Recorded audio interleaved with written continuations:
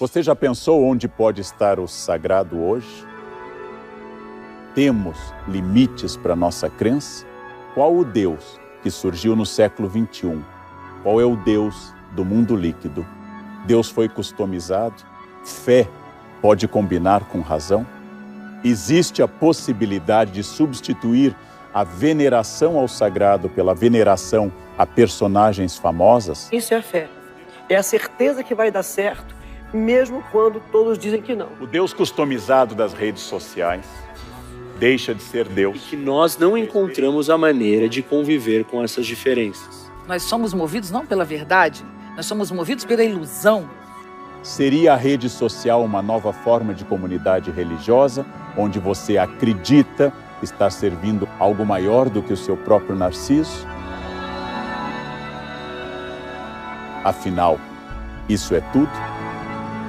Fé, razão, fama e busca da transcendência no mundo líquido. Tema desta série no Café Filosófico.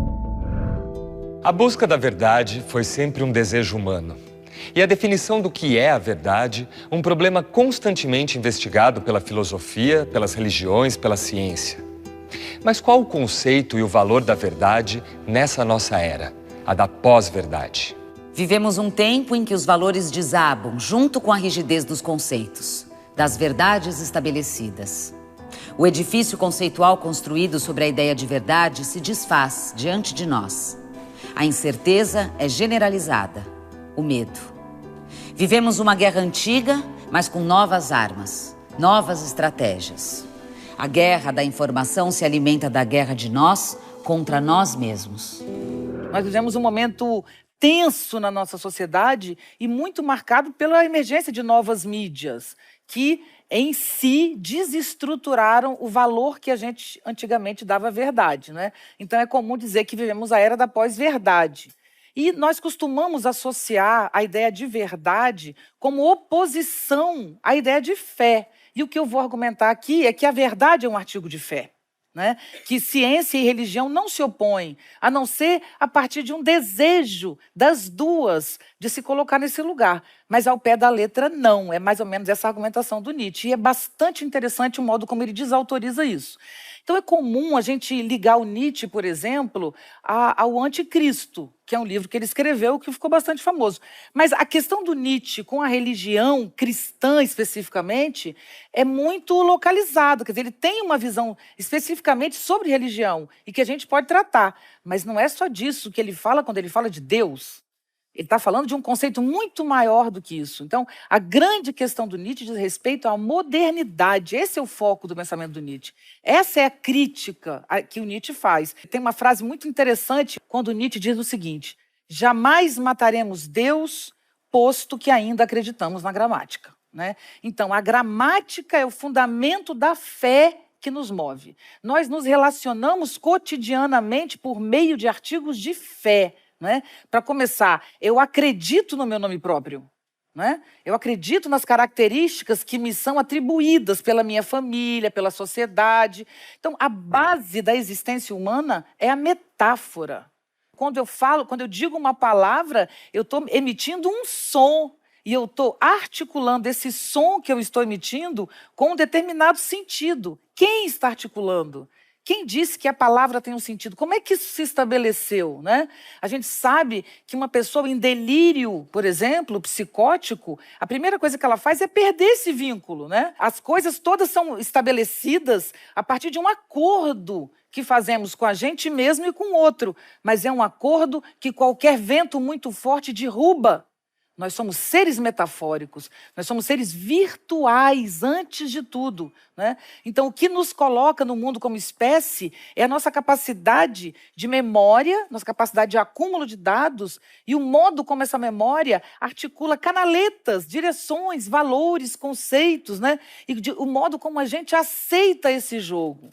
Quando alguém rompe esse jogo, rompe com a linguagem, né? E aí essa pessoa não diz coisa com coisa.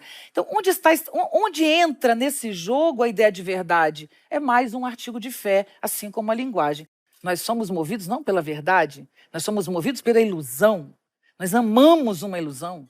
Nós pagamos qualquer coisa por uma ilusão, não é? Nós sabemos que essa ilusão é uma ilusão, mas a gente odeia quem nos tira essa ilusão, não é? Então, é essa questão do humano, não é a verdade, nunca foi, sempre foi a fé. Sempre fomos movidos por fé. O que é a nossa maior crença? É a ideia de verdade. E a ideia de verdade sustenta um modelo que a gente chama de racional, né? Que não é à toa, se caracteriza por se opor aos afetos, às mudanças, não é? É um modelo de interpretação de mundo e que a gente compra esse modelo e carrega para onde vai. Vivemos num mundo em que a informação, o conteúdo, a virtualidade, esses acordos, né, feitos em torno de linguagem, isso quer dizer ciência, filosofia, literatura, né, esses acordos que a gente constrói como linguagem, eles estão disponíveis para todos o tempo inteiro. Mas ao invés de nós termos uma atitude, ou seja, uma ação em relação a esses conteúdos, nós nos colocamos na posição passiva de receber esses conteúdos e confiar no amigo que mandou. E aí a gente compartilha esses conteúdos com a maior certeza, né? Mas é uma certeza afetiva. Não é? Afeto é afetar e ser afetado. É essa certeza que nos move. E é exatamente a quebra dessa certeza que nos incomoda tanto. Por isso eu considero extremamente oportuno discutir a nossa capacidade de crença, não é?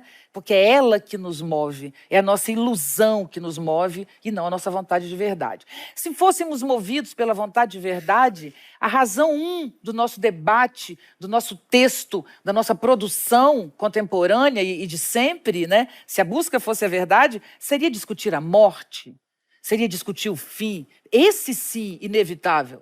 A gente tem absoluta certeza que toda vida que existe, que nasce, né, ela necessariamente terminará. Então, nós não lidamos com a verdade, nós pagamos fortunas para produzir a ilusão. Uma pergunta que veio do público, da Gisele, e ela te questiona se é inerente ao ser humano precisar de uma ilusão. Sim, nós precisamos de ilusão. Sim, a condição de existência. Não existe possibilidade de viver sem ilusão. Nós somos essencialmente iludidos. Começa a fazer a lista das suas ilusões, é melhor, dói menos, assume, facilita, sabe? O que hoje cristaliza essas verdades, a fé e todas essas coisas que a gente faz é exatamente a crença no sujeito, a crença em si. Né? Então, antes a gente acreditava em Deus. Deus era alguém fora da gente. Por mais que a Idade Média fosse tensa naquela moralidade excludente, tinha uma fantasia, sabe? Você imaginava que Deus poderia mandar um anjo para você durante a noite. Olha que legal. Não precisou nem fumar nada para sentir isso, entendeu? Um santo, uma mensagem, um espírito, né? Tudo pode acontecer. Isso é gostoso, isso é fantasioso, isso é delirante. A vida é um delírio, né? Agora, quando você apaga tudo isso na lógica, na certeza, é que a gente exclui, diminui e maltrata. Então, é necessário, é fundamental a ilusão para a vida, né? E essa ilusão que se transforma em fé também não tem problema se ela não está vinculada à ideia de verdade. Então, o problema não é a ilusão se transformar em fé, é a ilusão se transformar em verdade. Porque se ela se transforma em verdade, gente, acontece um fenômeno triste. O que é esquisito? É você encontrar uma pessoa que há 30 anos tem o mesmo cabelo. Não mudou o cabelo. Continua repetindo as mesmas frases. Isso é acreditar na verdade, entende? É ser coerente. Para quê? Por favor, seja incoerente, por favor. A vida só é mal entendido quando a vida tenta ser entendida. Mas para que entender a vida? Não seria apenas possível vivê-la? O equívoco está em querer produzir entendimento, ou seja, racionalização ou narrativas, que é isso que, na verdade, é o que a gente produz o tempo inteiro, como entendimento, como compreensão, ao invés de produzir narrativas sobre a vida, por que não ser afetado pela vida e dar conta do que a gente consegue? Será que não falta modéstia no nosso modelo de raciocínio? A gente quer entender, quer dizer que eu só fico bem se eu entendo? Não, eu necessariamente preciso do desconhecimento para me sentir livre. Preciso do desconhecimento, da instabilidade, né? Então, a vida não é um mal entendido e a vida não é um entendimento. A vida é uma experiência. Eu vos digo, é preciso ter ainda caos dentro de si para dar à luz uma estrela bailarina. Eu vos digo, ainda há um caos dentro de vós, ai de nós. Aproxima-se o tempo em que o homem já não dará à luz nenhuma estrela. Ai de nós! Aproxima-se o tempo do mais desprezível dos homens, aquele que nem é capaz de desprezar-se a si mesmo. Vede, eu vos mostro o último homem. No próximo bloco. O trágico é quando você faz tudo certo e dá tudo errado. Isso é o sofrimento.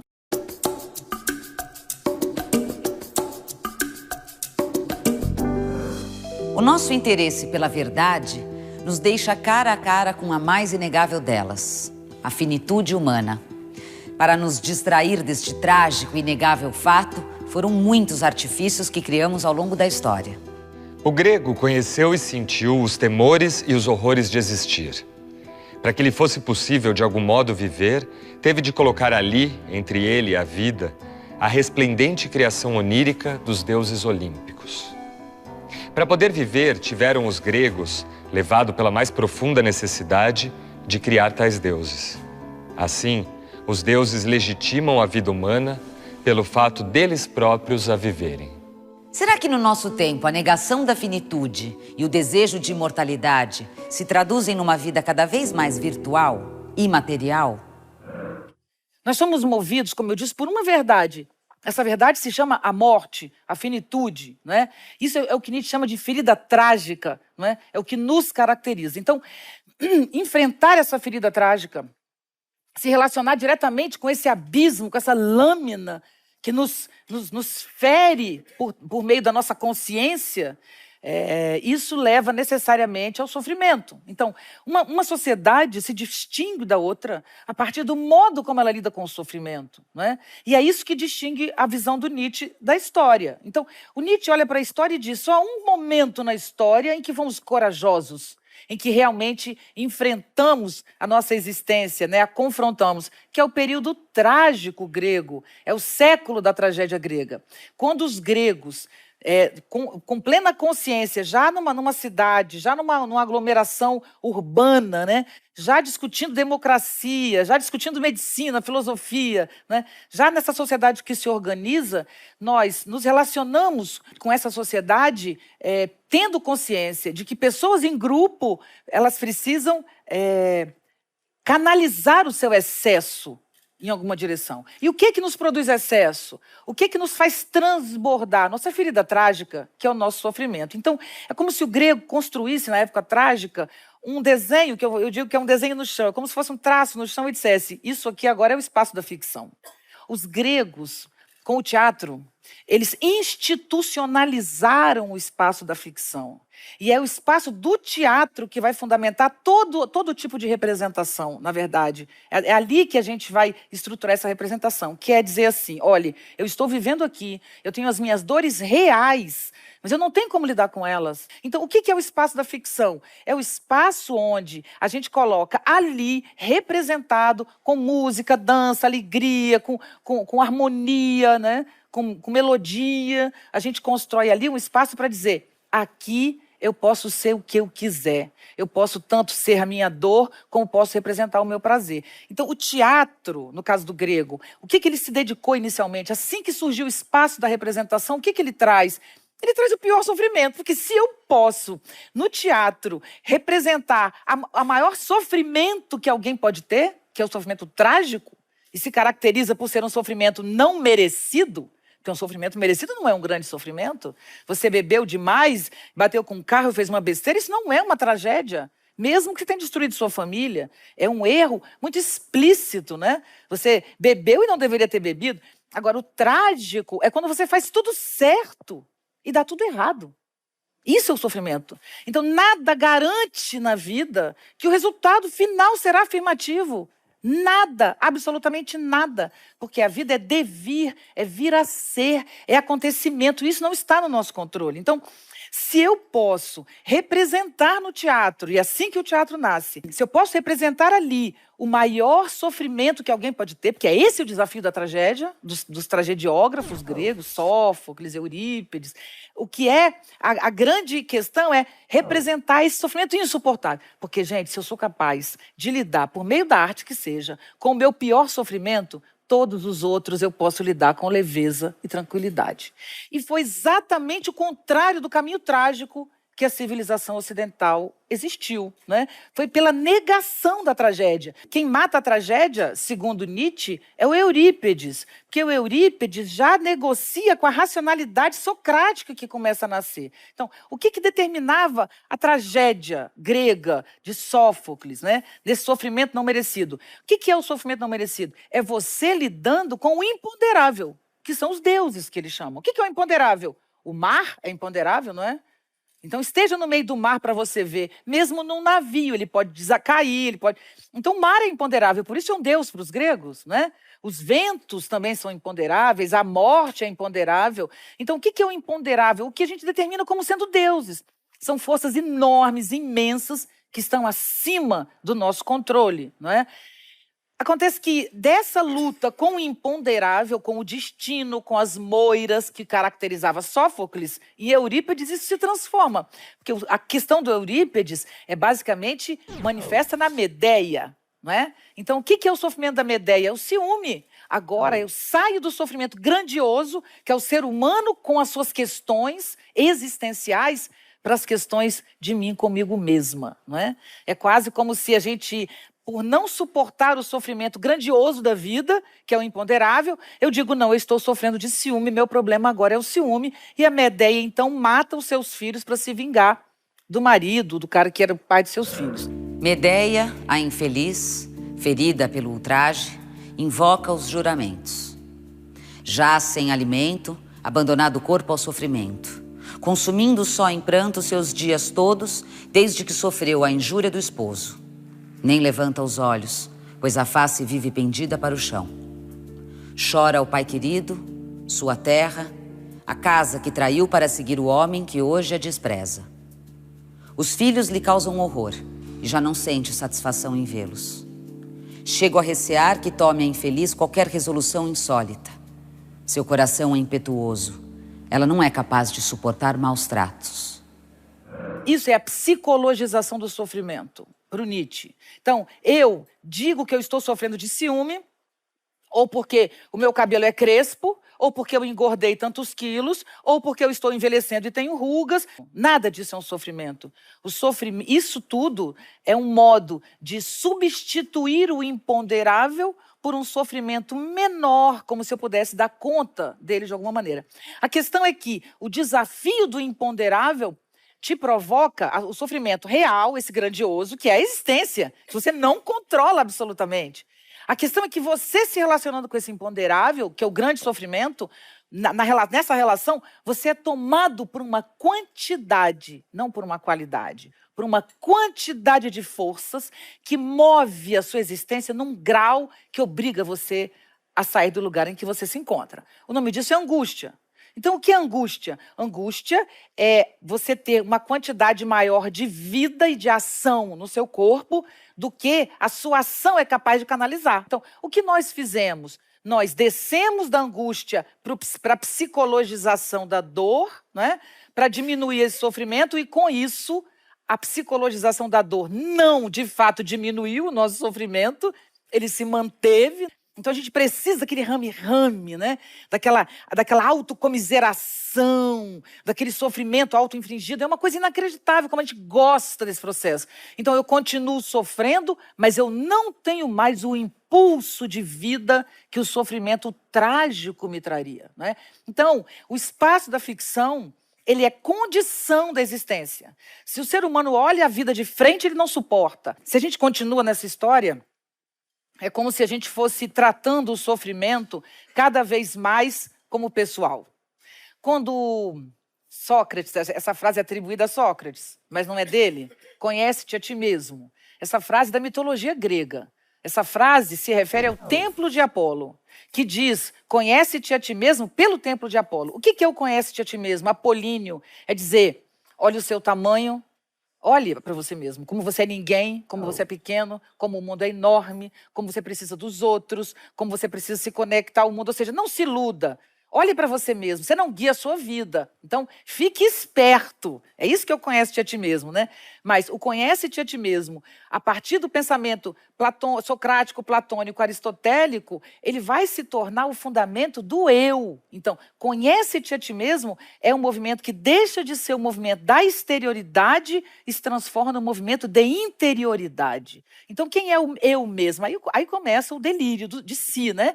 O eu mesmo, então, eu não só concentro a minha angústia e meu sofrimento em mim, como eu afasto a relatividade, o grão de areia delicioso que é existir. É muito gostoso ser um grão de areia. É muito gostoso ser ninguém, é muito gostoso ser ninguém.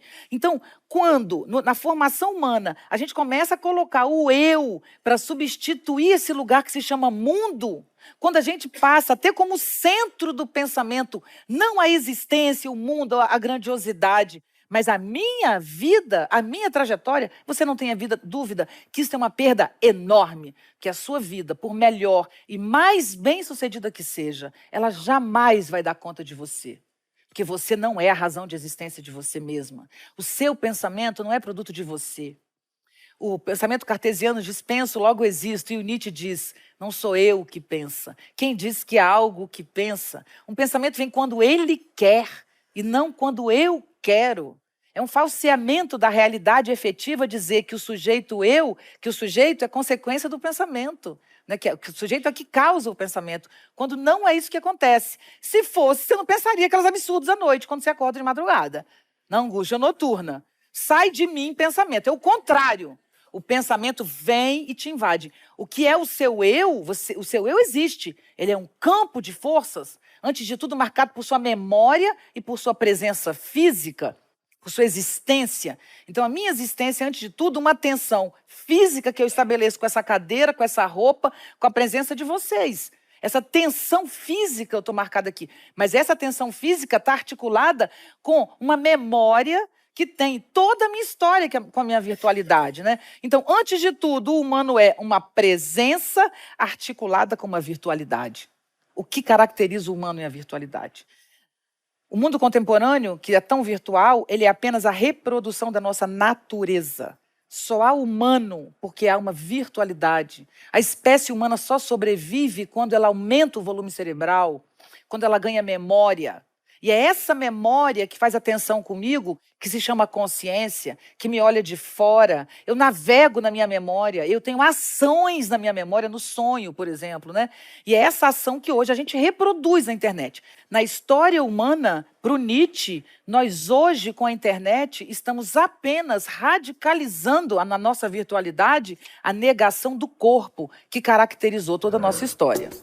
No próximo bloco... O que caracteriza isso que eu chamei de verdade, né, é sempre consequência de um campo de forças que se chama poder.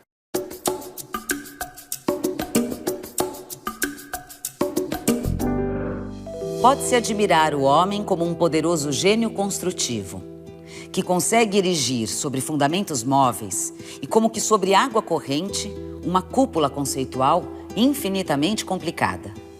Sem dúvida, para encontrar apoio sobre tais fundamentos, tem de ser uma construção como que de fios de aranha, tão tênue a ponto de ser carregada pelas ondas, tão firme a ponto de não ser despedaçada pelo sopro de cada vento.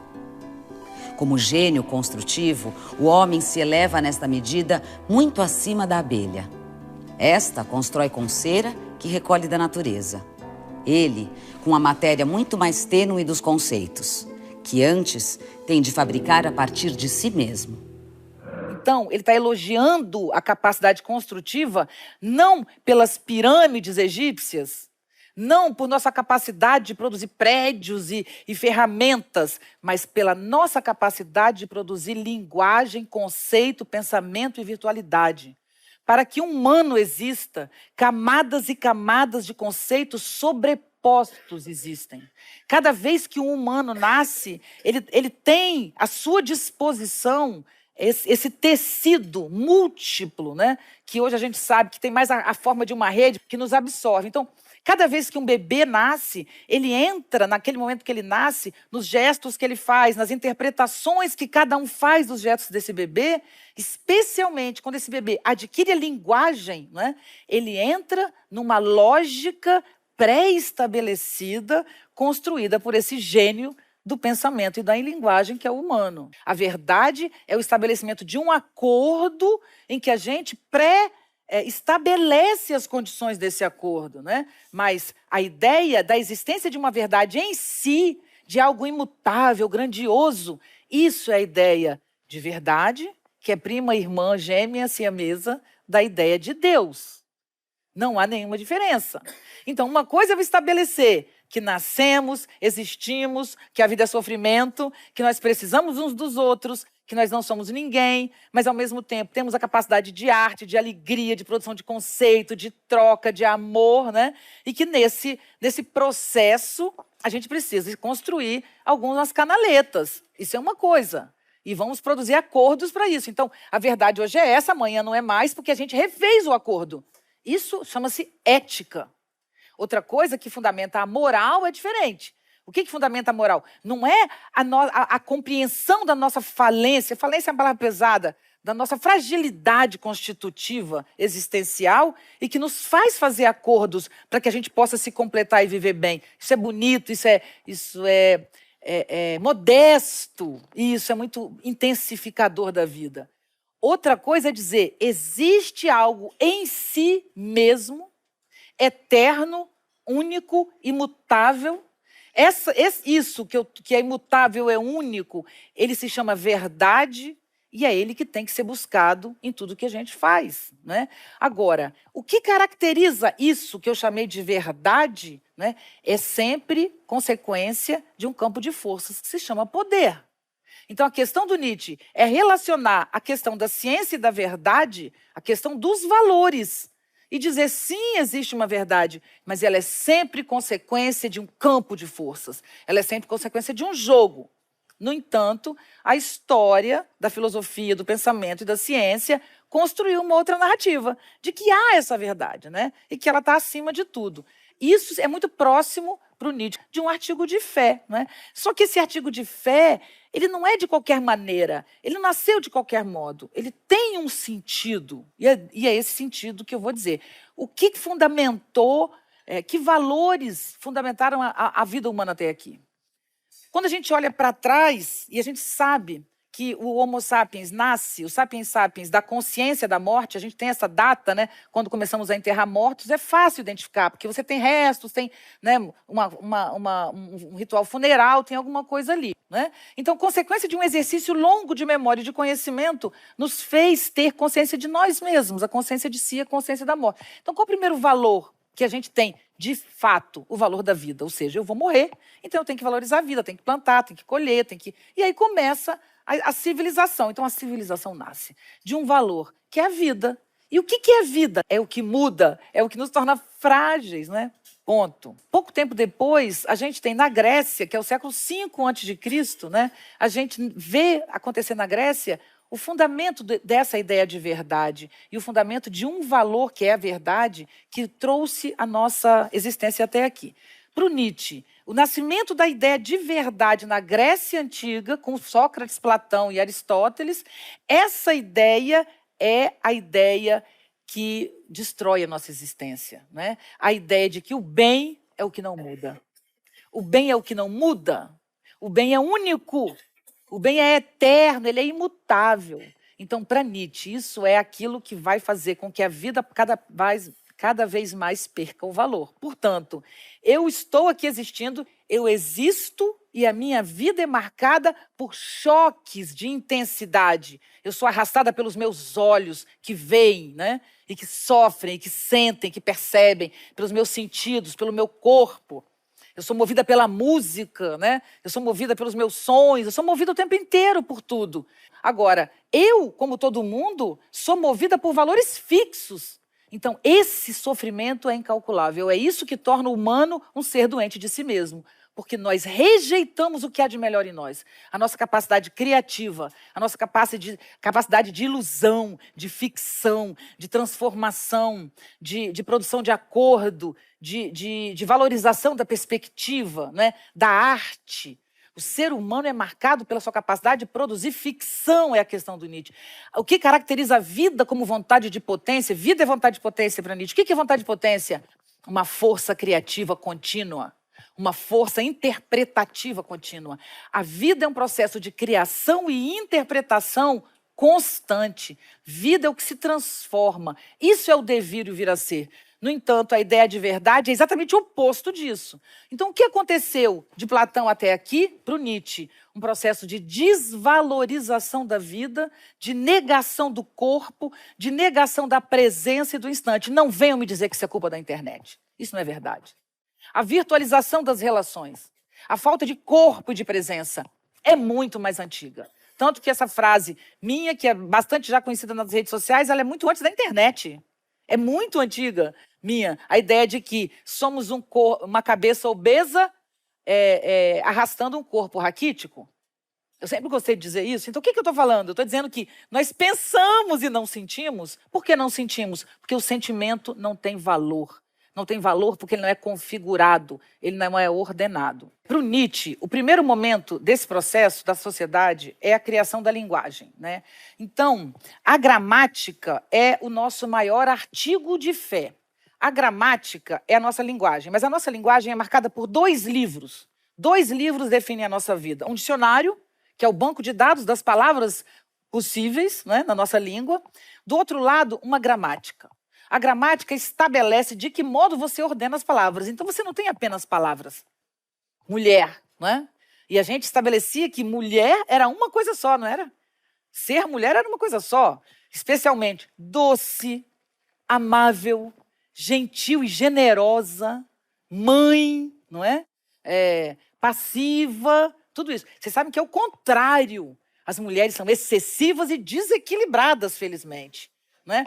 Mas a gente construiu um modelo de mulher, assim como construímos um modelo de homem, do macho, do que não chora, do que sustenta a sua família, do que luta, não é isso? Nós estabelecemos isso e fomos treinados a seguir essa palavra. Então, o que é a palavra?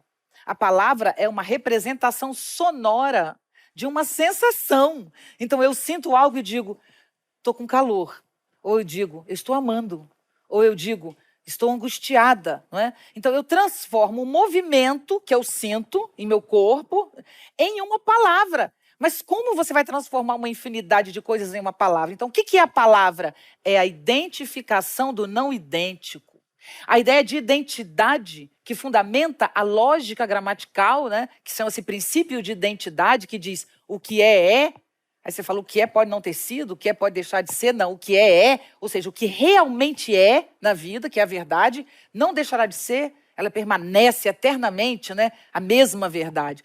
Então, quando eu me relaciono com a palavra, eu imponho ao som, né, que eu articulei, um valor e um conceito. Então, o caminho da linguagem é o primeiro artigo de fé. É como se eu relaciono a palavra verde, por exemplo, a uma determinada cor, né? Que a gente identifica que tem muito mais a ver com luz, né? No final das contas. Mas eu estabeleço que é verde. Quando eu digo que aquilo é verde, eu tenho que sentir alguma coisa e configurar a minha sensação em torno de um valor, que é o valor verde. Acontece que nessa relação em que eu estabeleço palavras, e eu articulo essas palavras, eu estou negando a imensa variação de verde, né? No próximo bloco. Não há nada mais saudável do que a mudança. Não há o que se chama neurose? A cristalização, a repetição, né?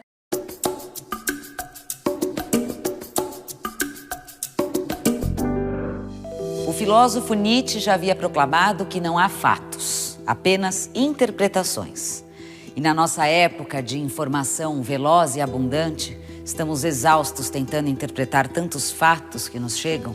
Ler, filtrar, apurar, sempre em busca de certezas. Padecemos do excesso de discursos, de certezas e da falta de vida. Quando tudo se torna palavra, sentir é o mesmo que identificar algo num catálogo. É preciso se enquadrar em algum discurso nessa sociedade que se desintegra. A vida se tornou uma batalha de narrativas. A questão contemporânea é que não sabemos mais lidar com a vida. Antigamente, a gente era muito racional no século XIX, quando Freud pensou a psicanálise. Só que naquele período nós tínhamos as pessoas muito estabelecidas em canaletas prontas, né? Pré-prontas. Hoje, que essas canaletas se arrebentaram, nós somos movidos por um desequilíbrio absoluto. As mães não estão em casa cuidando das crianças. Não há um treino mais para a gente ser homem e mulher. Então, nós temos hoje, autodenominados pela juventude, 32 gêneros, né? A gente tem algumas pessoas dizendo hoje, no Brasil, que isso é ideologia de gênero, ou seja, que a esquerda e a escola que estão criando essas crianças. Me desculpe, ninguém tem esse poder. Isso diz respeito ao esfacelamento das famílias, ao treino que as crianças tinham. Então, portanto, ser homem e mulher era treino, porque hoje acabou. Acabou o treino, acabou a polaridade. Diante da crise da verdade, da desintegração desse modelo manipulador que se chamou verdade durante tantos anos, diante dessa desintegração, a gente vê novos corpos, novas formas de vida, novas formas de existência, casamento de pessoas em três, em famílias que se organizam de outros modos. Isso é o que está acontecendo nessa nova sociedade em rede. E o ódio, a polarização, vem da reação a essa transformação. Me desculpem os antigos e os tradicionais, mas ela é inevitável. Nós nunca mais teremos homens e mulheres opostos. Não há treino que nos faça retornar para esse modelo, né? Então, a gente tem que lidar com essa variação com amor e compreensão, porque está gerando o aumento do suicídio entre crianças, que subiu só no Brasil, nos últimos 10 anos, 40%, de 10 a 14 anos. Isso é um problema grave na nossa sociedade. Então, saímos de um modelo de verdade, onde tinha lugar para todos, e tudo estava pré-estabelecido, porém de modo absolutamente excludente, para uma sociedade em que tudo se articula e todo mundo bate cabeça com todo mundo e gera esse caos.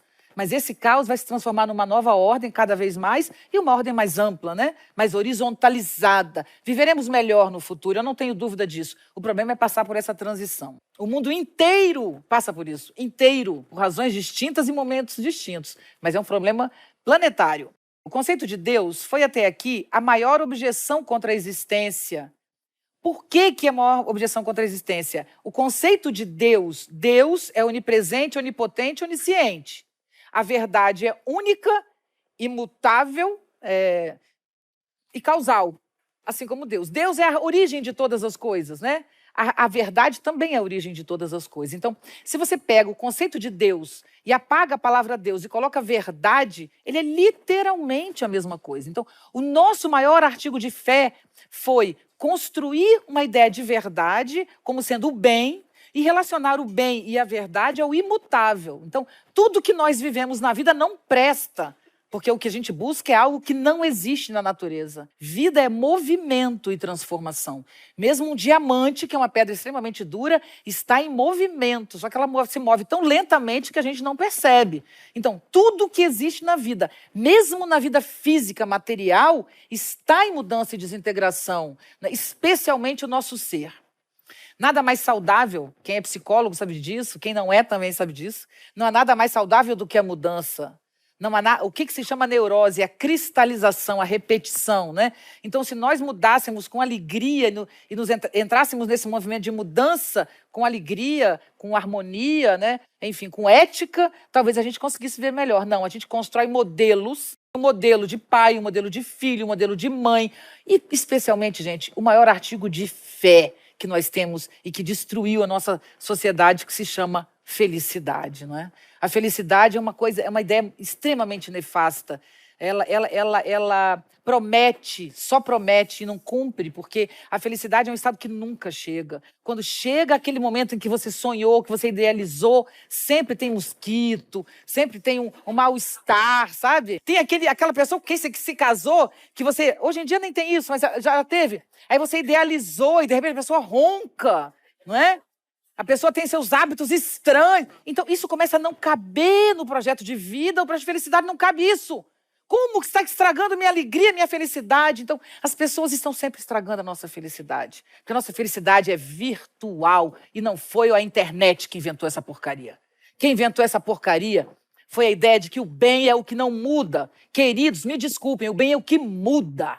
O bem é essa alegria transbordante, essa capacidade de estar e não estar, de ser e não ser, de querer e não querer, sabe? De viver e não viver. Isso é a vida, essa confusão, essa bagunça, né? Eis o que me custa e nunca deixa de me custar os maiores esforços. Compreender que importa mais saber como se chamam as coisas do que o que elas são.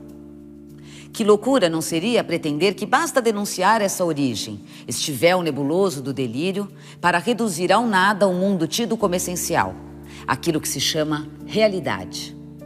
Só os criadores podem destruir, mas não esqueçamos isto. Basta criar novos nomes, apreciações, novas verossimilhanças para criar, com o tempo, novas coisas. Não há problema na existência de identificação da linguagem. Não há problema numa palavra, identificar muitas coisas, desde que o meu uso tenha consciência disso. Ou seja, se atrás de uma tela, de um celular, de um computador, tiver uma pessoa, não há nenhum problema com a virtualidade. O problema é que eu não quero uma pessoa atrás da tela, eu quero desaparecer. Eu me torno apenas um login, eu me torno apenas um número. Então, o Nietzsche não diz que a palavra tem que ser destruída, nem a ideia de verdade tem que ser destruída, nem que a razão tem que ser destruída. Ele está dizendo que é preciso conviver com a contradição. Eu uso a palavra como um modelo de imposição, sabendo que é um modelo de imposição, então ela me liberta, né? Enfim, esses princípios da linguagem são o nosso maior artigo de fé. É essa que é a questão do Nietzsche. Foi a fé no ser que criou a fé na gramática, que criou a lógica gramatical, que criou a oposição que hoje nos coloca os bons de um lado e os maus do outro. Então, veja só, diz o Nietzsche, o que caracteriza o nosso tempo, a pós-verdade, é que o que moveu o mundo sempre foi o conhecimento, foi o valor da verdade. Acontece que essa verdade, ela estava na Bíblia, na Idade Média, um livro. Depois esse livro, com a invenção da imprensa, se proliferou em muitos livros, né? E gerou a modernidade, e isso se arrebentou, essa verdade se proliferou, foi para todos os lados. Mas ainda você tinha um lugar específico, era o livro onde você podia achar. Quem é que tem o livro? O professor, a universidade, né? Então, mesmo quando todo mundo pode comprar um livro, você não vai sair lendo sozinho, tem livro demais no mundo, né? Então, ela é sua professora, ela vai orientar você e dizer o que você vai ler e como interpretar. Este caminho do professor e do livro desapareceu na sociedade em rede. O que aumentou no mundo não foi a virtualização, não. A gente sempre foi virtual. Só que agora nós temos o compartilhamento desses valores que são e foram criados, né? E isso dá uma liberdade inacreditável. Isso arrebenta o poder da verdade. Isso se chama pós-verdade. Portanto, a pós-verdade é algo afirmativo. Felizmente, ainda bem. Por favor, não vão lutar para resgatar uma verdade, porque ela é de alguém, gente. Toda verdade é de alguém, é de um grupo que estabelece controle e domínio e se impõe sobre os outros. Nunca houve verdade, nunca haverá verdade. Nós precisamos nos ordenar a partir de outros valores que não seja exatamente a verdade. Que tal a vida? Ao invés de se preocupar se aquilo é verdade ou falso, por que você não se preocupa de que maneira aquilo intensifica ou diminui a sua vida? A vida dos seus filhos, a vida da sua sociedade, né? Quantas verdades destruíram famílias, situações, países? Será que é em nome disso que a gente tem que, de fato, existir? Então, a crise da verdade é um bem. No entanto, como diz o Nietzsche, a minha verdade é terrível, diz o Nietzsche no Esse Homo. Mas a minha verdade é terrível, pois até agora chamou-se a mentira verdade. Quando a verdade sair em luta contra a mentira de milênios, teremos comoções, um espasmo de terremotos, um deslocamento de montes e vales como jamais foi sonhado. A noção de política estará então completamente dissolvida em uma guerra dos espíritos. Todas as formações de poder da velha sociedade terão explodido pelos ares. Todas se baseiam inteiramente na mentira. Então, os valores nos trouxeram até aqui. Esses valores que nos trouxeram até aqui são valores que resultam, segundo Nietzsche, de uma relação com a vida. Nascemos e morremos. Diante desse fenômeno trágico, o que caracteriza a sociedade é o modo como ela lida com o sofrimento. Então, nós lidamos com o sofrimento criando uma vida para substituir a vida. Para substituir o corpo, a presença, a existência, os conflitos e os choques, nós construímos uma virtualidade que se chama pensamento, linguagem e valores. São esses valores que se sobrepõem à nossa vida. Então, eu, ao invés de pensar na vida, de me colocar na vida a partir de um jogo de afetos, que é o afetar e ser afetado, o modo como eu existo, ao invés de pensar em mim, na minha existência, a partir do rastro da minha passagem no mundo, do que eu causei ou deixei de causar, dos campos de forças em que eu estive presente, né? do que eu provoquei e do que eu fui provocada, eu não penso a minha vida a partir disso. Eu penso a minha vida a partir de uma idealização que eu tenho de mim mesma. Né? O fundamento da nossa vida é a fé. Isso é o que nos move. É a ficção, é a invenção, é a fé. Nosso tempo, a lógica do nosso processo civilizatório nos fez abandonar a fé. Não venha me dizer que fé é produto de religião, porque não é. Não há fé na religião há séculos. O que há é manipulação de pessoas. Eu não estou dizendo que não há fé religiosa, muito pelo contrário. Eu estou tendo respeito à fé religiosa, a verdadeira fé religiosa. Eu fui professora do Seminário de Filosofia e Teologia da Arquidiocese de Vitória aos 25 anos. Eu dei aula 3 anos para a formação de padres. Eu não tenho nenhum preconceito com religião, muito pelo contrário. Mas eu, o tempo inteiro, no tempo em que eu dei aula para futuros padres, daquelas pessoas que estavam ali, eu é que tinha mais fé. Porque eu tenho fé na vida, e é uma fé aberta a minha fé, né? Mas na maioria das vezes não, é uma teologia. Logia quer dizer logos, quer dizer razão. A teologia é o logos de Deus, mas Deus tem logos? Se Deus é o infinito, o grandioso, se Deus é o sagrado, como é que Deus vai caber numa palavra na identificação do não idêntico? Quer dizer que você pode concluir a existência de Deus ou não existência? Não pode. Você não pode dizer que Deus existe, nem que ele não existe. Tudo isso é uma questão de fé, que se é que Deus, a palavra Deus significa o intangível não se coloca no raciocínio lógico. Toda vez que você utilizar a linguagem lógica para pensar Deus ou a fé, você vai concluir algo muito torto. Da mesma maneira que toda vez que você usa o raciocínio lógico para pensar na vida, você vai dizer que a vida é uma porcaria. Pensa bem. Nós nascemos e morremos. Ninguém explica as coisas para você. Quando você chega na sabedoria, é a hora da morte. E aí vai nesse rame ridículo. Porque basta 10 minutos de alegria para você esquecer aquele discurso todo. Basta você se apaixonar ou achar que se apaixonou para esse ódio, a vida desaparecer. Então nós somos seres essencialmente movidos pela fé. Vivemos, graças ao caráter superficial do nosso intelecto, numa ilusão perpétua. Temos, então, para viver, necessidade da arte a cada instante. E aí eu continuo. A arte é a condição de existência do intelecto. Essa arte, no entanto, a que Nietzsche se refere insistentemente na época, não é a arte dos artistas. A arte como instituição e como obra, mas uma atividade propriamente criadora, uma força artística presente não somente no humano, mas em todas as coisas. Por que o intelecto é ficção? Porque o intelecto se fundamenta em palavra, não é? No raciocínio, na lógica. Não é? Então, essa é a base do intelecto, a ilusão, aceitar que vinho é isso. A maioria das regras e hábitos e conceitos são metafóricos, e é a crença nesses conceitos pesados, marcados pelo que o Nietzsche chama de princípio de gravidade, é um anão que sobe nas suas costas, né? E não deixa você levantar de mão. Eu sou um merda mesmo. Quem disse? Quem te disse que você é o que pensa que é? Ninguém é tão bom que não seja horroroso, ninguém é tão bonito que não seja medonho, ninguém é tão bacana que não seja desagradável, né? Essa é a realidade, é essa questão que a gente tem que lidar. Abrir mão da fantasia e da ilusão específica e assumir o caráter ilusório contínuo da vida. E passar a entender que é exatamente pela mudança e pelo caráter ilusório, estético e de transformação que caracteriza a vida, que a fé é essencial para a existência. A fé nos valores que você está construindo, na trajetória que você está estabelecendo, a capacidade de botar vida onde você quer que tenha vida, por meio da fé. Fé na vida, fé na existência. Mais reflexões no site e Facebook do Instituto CPFL e no canal do Café Filosófico no YouTube. o Papa Francisco, e é muito engraçado falar de Papa, eu que estudo Nietzsche, né? Mas isso é o mundo contemporâneo e as contradições que têm que ser assumidas, né? Mas, ironicamente, o líder mundial que mais é aberto, que mais valoriza as diferenças é exatamente o religioso Papa Francisco.